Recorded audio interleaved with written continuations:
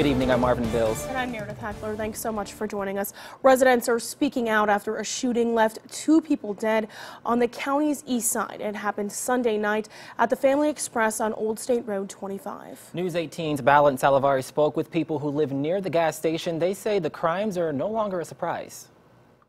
We heard sound like about a dozen shots. People living near the Family Express on Old State Road 25 like Deborah Brinson say crime wasn't something she worried about as a kid. When I grew up, we didn't worry about things like that, you know.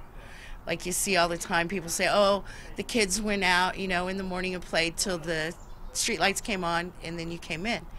It's not like that today. Brinson has lived in Tippecanoe County her entire life. She says she's seen a steady increase in crime over the years. I'm in my 50s and I've never seen crime the way it is here now. Brian Lawson lives just a few houses down from Brinson. He says he isn't surprised to see crimes happening so close to home anymore. I've lived here for nearly 30 years. We've had a lot of activity on this dead-end road. Lawson was returning home when the shooting happened. Saw the cops showing up and then more cops, a lot of activity. The deadly shooting wrapped up an active weekend for local police. Officers responded to 3 separate cases of shots fired as well as a stabbing. With the new year just around the corner, Brinson hopes to see a change for the better. No matter how well you think you're doing or how well you think everything's going, there's always room for improvement. In Tippecanoe County, Balint Salavari, News 18. According to Sergeant Kim Riley with Indiana State Police, autopsies were scheduled for today and Tuesday. We will continue to update this story as more information becomes available. Well, crews are trying to find out the cause of a fire that left several buses destroyed at Lafayette Limo. Now, it happened at 2:30 this morning near the intersection of Klondike Road and Cumberland Avenue. Wabash Township Deputy Fire Chief Jim Lewis says 5 coach buses are destroyed and 1 is damaged. Chief Lewis would not comment on if the fires seemed suspicious. None of the buses were running, and in fact, the last time a coach bus was used was on December 27th. Lafayette's Limo's general manager told us it's going to take a long time to replace the vehicles. She says just 1 coach bus can cost up to $500,000. If you buy new, it's at least a month before you get one. If you buy used, you have to find the right ones with the right amenities. One of them that burnt is our handicap. So as far as a coach is concerned, we won't have a handicap for a while. Well, no one was injured, and Florina says scheduled rides will not be affected by this. The company will use its other vehicles and partner with vendors until the buses are replaced. A spike in flu cases has led to visitor restrictions at Logansport Memorial Hospital. There is a limit of 2 adult visitors per patient at a time. No children or siblings under the age of 18 are allowed. Visitors who are sick with a fever or other cold or flu-like symptoms asked not to visit patients. For visitors to the Family Birth Center, visitors are limited to 2 well adults only. They will be the only 2 visitors allowed to see the patient, new mom and baby, through their entire stay. Well, Indiana State University's Dreiser Hall is set to undergo an $18.4 million renovation. Right, the project will replace most of the building's aging infrastructure. The State Budget Committee recently approved the release of the funds for the renovation. The project will improve the building's HVAC and plumbing systems. The structure's fire suppression system and electrical needs will also see improvements. Work on the project should begin on June 1st and will take about 6 months to complete. And you frequented that quite a bit when you were there, right? Yes. I basically lived in the building, and it's about time for an upgrade. And you know what? I would like to see an upgrade in the weather. I know that a lot of people were used to that warm weather. I was liking it. I know people wanted the snow. Exactly. But it's not sticking around, is Don't it? even get me started on it. Mother Nature is bipolar. Let's head over to Precision 18 Chief Meteorologist Chad Evans. Chad, what's going on? You know, the warmest Christmas since 1982, so this is a little hard to stomach, even though it's much more typical for the time of year, with temperatures running in the low 30s over the area right now after what has been a very windy day. Some of these gusts today, 40 to 50 miles an hour in parts of the area. Gusts to 45 around Grove, 50 northeast of Michigan Town. Peak gusts 40 at Logansport and up to 48 miles an hour northeast of Rochester. It's still pretty windy out there now. Sustained winds as high as 25 miles an hour, and still some gusts tonight, even right through the overnight. That will exceed 30 miles an hour. Wind chills currently as lows the upper teens. Notice this area, light snow. We've got a few flurries and snow showers in our area right now, but this light snow is on the move southeastward, and this is what will bring a little minor accumulation to the area tonight and tomorrow morning. Watch for some slick spots developing. We'll have more on amounts next. All right, we'll definitely be prepared. Thanks so much, Chad. Well, it's been a year since nearly 200 pigeons were found at a rest stop on I-65 in White County. Yeah, that's right. Now we're asking where they are now. I've been tracking where the pigeons are, how they're doing. 55 pigeons were dropped off at this location the first time, then 88 the second time. Some had broken legs, broken wings, they were undernourished, and it was really sad. Today, 46 of those pigeons are now safe at a rehabilitation center in Hendricks County called A Critter's Chance. It's been great seeing their transition because they were so skinny and dirty, and some of them had some injuries, some leg injuries. Kelly Thomas is the vice president of A Critter's Chance. She split the other half with wildlife rehabber Kim Hoover in northern Indiana. They're just not a very wild bird, so they need people to take care of them, and they need a lot of space. They need special diet. So some of the situations they've been in is just not ideal. These talented birds are called parlor roller pigeons. They're best known for their ability to somersault on the ground, but that's not what these unique birds were used for. I've heard that they're used for live pigeon shoots in some of the southern states that are where it's still legal. I've heard that they're used to train bird dogs. Therese White works at the rest stop where the pigeons were dropped off. She says she checks that area every day. Me personally, when I get here in the morning, after I get my work done on the inside, I walk down to the dumpster and I look. I always look because you never know. And even today, a year later, she's still surprised. Animals, you just don't pitch animals, that's horrible, any kind of animal. I don't care if it's a bird, a dog, a cat. Kelly Thomas says these pigeons could be a great pet for someone one day. A lot of people don't know about pigeons and how they can be really nice pets. They make really nice house pets as far as an indoor bird. There was a name tag on some of the pigeons in connection to a guy from Dublin, Ohio. Sergeant Kim Riley with Indiana State Police says the investigation into this incident is still ongoing. Well, police are searching for the person responsible for stealing someone's car. We'll tell you how the thief managed to steal the victim's keys. Also, authorities are investigating what caused this fatal crash on Interstate 70. We'll tell you what police know so far when News 18 at 6 continues.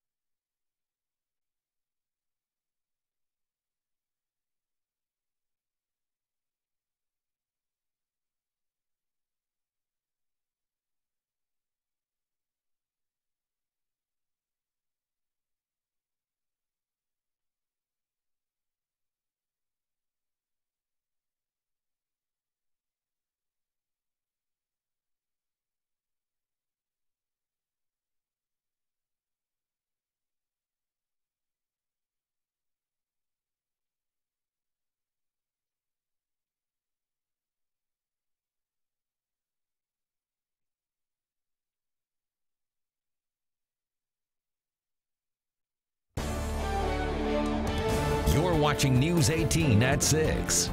News from where you live.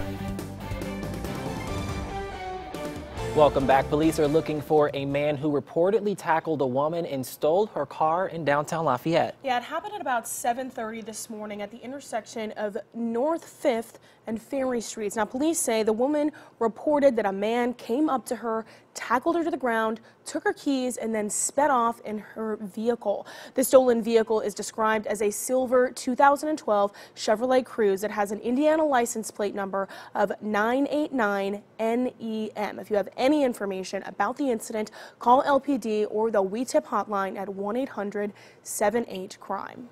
New at 6, Indiana State Police are investigating a fatal crash involving a Tesla car and a fire truck.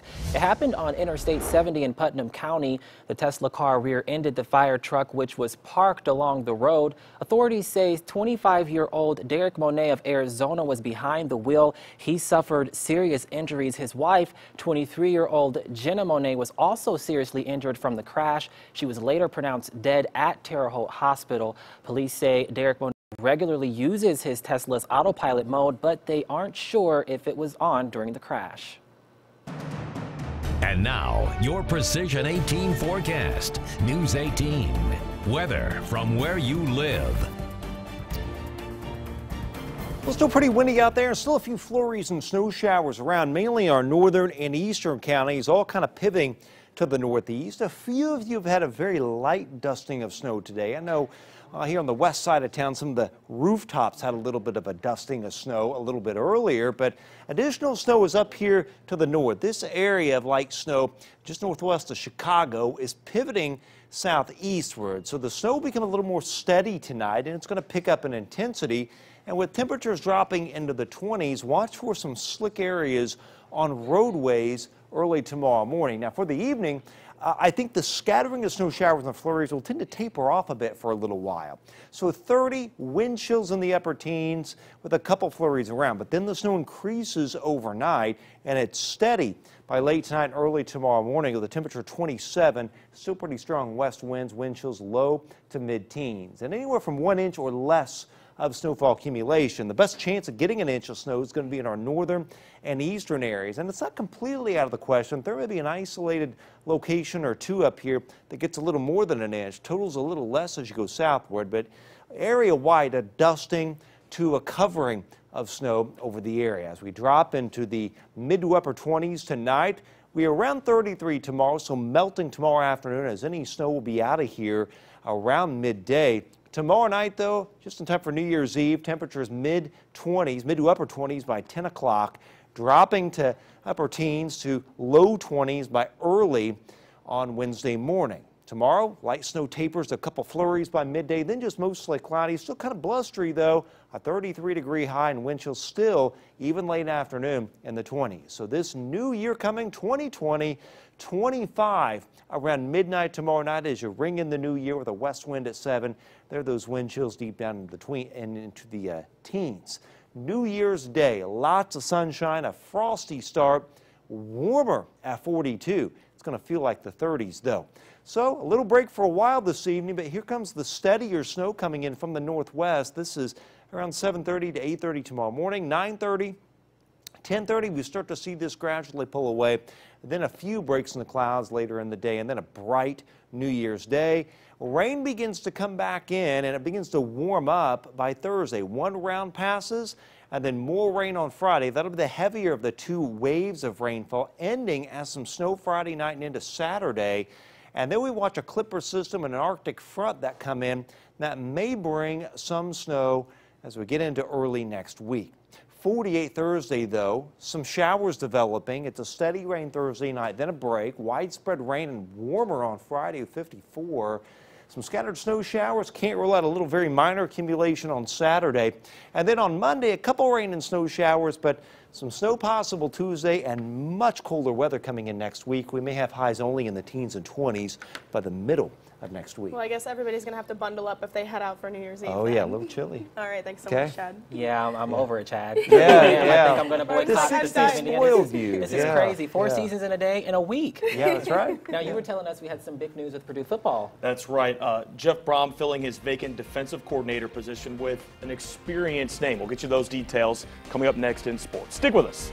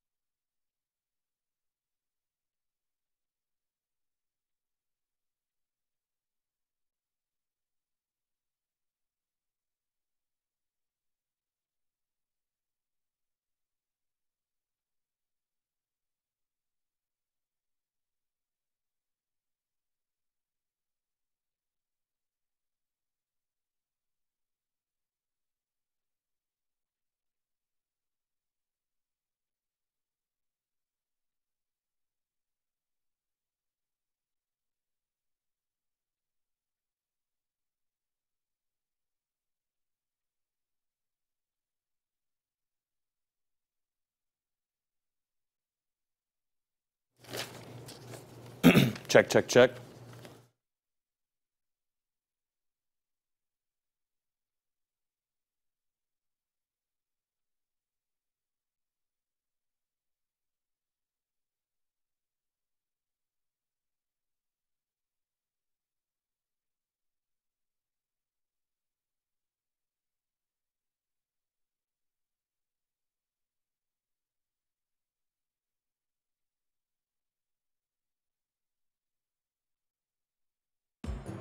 And now, sports scores and highlights. News 18. Sports from where you live. Here in West Lafayette, Jeff Brom filling his vacant defensive coordinator position with a proven name in the coaching business. Bob Diaco will join the Purdue coaching staff as defensive coordinator effective immediately. Diaco spent last season as the defensive coordinator at Louisiana Tech and led a unit that ranked second nationally in red zone defense and 31st in terms of scoring. Before a stop in Ruston, Diaco spent 2018 at Oklahoma, 2017 at Nebraska as the defensive coordinator, and 3 seasons as the head coach at UConn. Diaco spent 2010 through 2013 leading a defense and a linebacker core at Notre Dame, led mainly by Manti Te'o. Interesting to note here, current co-defensive coordinator Anthony Poindexter worked under Diaco as the DC while at UConn. Continuing on with college football now, the stage is set for the national title game. Clemson, a familiar face in this game. LSU, they haven't been to the big one in close to a decade. 2 epic games in very different ways on Saturday. First in the Peach Bowl, Joe Burrow blew the doors off Oklahoma in the first half. How about 7 first half passing touchdowns? He threw for more than 400 yards in the opening 30 minutes of the game. LSU tops Oklahoma 63-28. And then a close one in the Fiesta Bowl. Clemson able to top Ohio State 29-23. A couple of controversial calls go the Tigers' way, and we'll get an all-Tiger matchup for the title at Orgeron. Dabo Sweeney, a couple of happy guys after these games. To see what those guys are doing out on the field, and me being a football fan, I'm kind of a fan. I'm like, hey, go ahead, guys, way to go, man. It's incredible what this coaching staff has done, what these players have done, the connection that they have with the receivers, the protection on the offensive line. I've been a part of some good football teams, but I've never been a part of an offense like this. I mean, there was just a real poise. There was never 1 second that I did not think we were going to win the game. And that's the honest answer. Trevor and I talked about it on the sideline. I'm like, man, is this fun or what? I was like, well, I'm not real sure how we're going to win this thing, but we're going to win the game.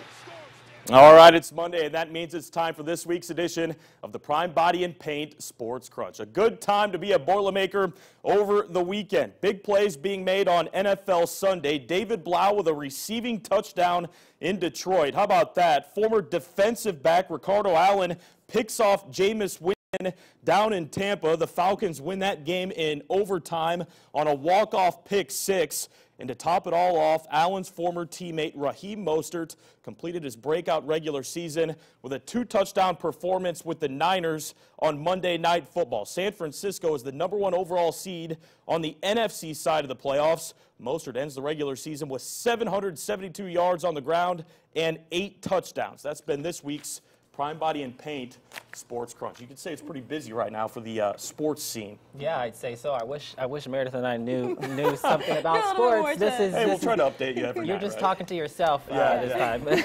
All right, well, thank you, Dakota. Well, kids line up to make oaths of love and care in southern Indiana. We'll tell you how judges are allowing children to adopt their toys. That's coming up.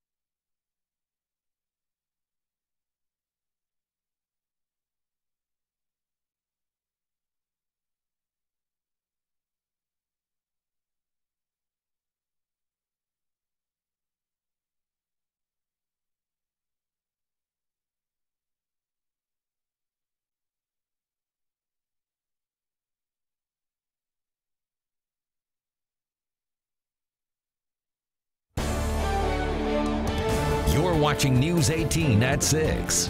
News from where you live. Welcome back, everyone. Dozens of adoptions took place over the weekend in southern Indiana, but these aren't normal adoptions. As Caroline Callahan reports, kids lined up to adopt their toys. All right, so we want to adopt car rider today. One by one, dozens of boys and girls take an oath to love. And I ask them, do you promise to love your doll? Do you promise to be a good mommy to your doll or daddy? Do you promise to take care of your doll the way you would like to be taken care of? Just to show them that you can be a model of what you want to be. Judges Vicki Carmichael and Brad Jacobs hosted Clark County's annual toy adoption on Saturday. Jacobs' dad started the event in the 80s when he was a judge. Then Carmichael took it over, and she invited the younger Jacobs to take part once he joined the bench. Now we're seeing parents who did it as kids bringing their kids in. So it's a second generation of judge, second generation of kids, which is a lot of fun. For the kids, it's something they'll never forget. I officially adopted it and no one can take it from me. I think I'm just going to let him rest in my bed and I'm going to play with him. This year, the judges had a real-life furry friend visit too. She was given a 2-month prognosis, so we're just kind of patiently keeping her comfortable. Elizabeth Stark officially adopted this French Mastiff named May. May has cancer. She was at a shelter, and Stark knew she had to help the dog. She just needs a permanent home, even if it's just for a week or two. She deserves to have a family, so I'll be it. Whether it was a stuffed animal or a real one, the judges say it's an event that can't be beat. So it's really exciting. The kids are always smiling, the parents are smiling. You walk out and your face hurts because you've been smiling and laughing for 3 hours. It's great. Again, that was Caroline Callahan reporting. Stark asked people to help her with dog food, and she received nearly 800 cans in 5 days, with some of the donations coming from as far as Hawaii. Wow, what an awesome story. I know, that just goes to show you how giving people are during the holiday season. Yeah, I have to agree. If you guys, you may have saw Chad's hand kind of creep in there a little bit. We were just talking about how well his hands look. He could be a hand dog. It's all the calluses. But we want you to work some magic on this weather. Yeah, it will eventually get warmer again, trust me. Right, In March. Well, we will look forward to that. I'm going to ring Marvin in here, but that's it. All the time we have for News 18 at 6. Thank you guys so much for watching. Catch us next on the CW for News 18 at 10 and right here on News 18 at 11. The CBS TV News is up next. Have a great night.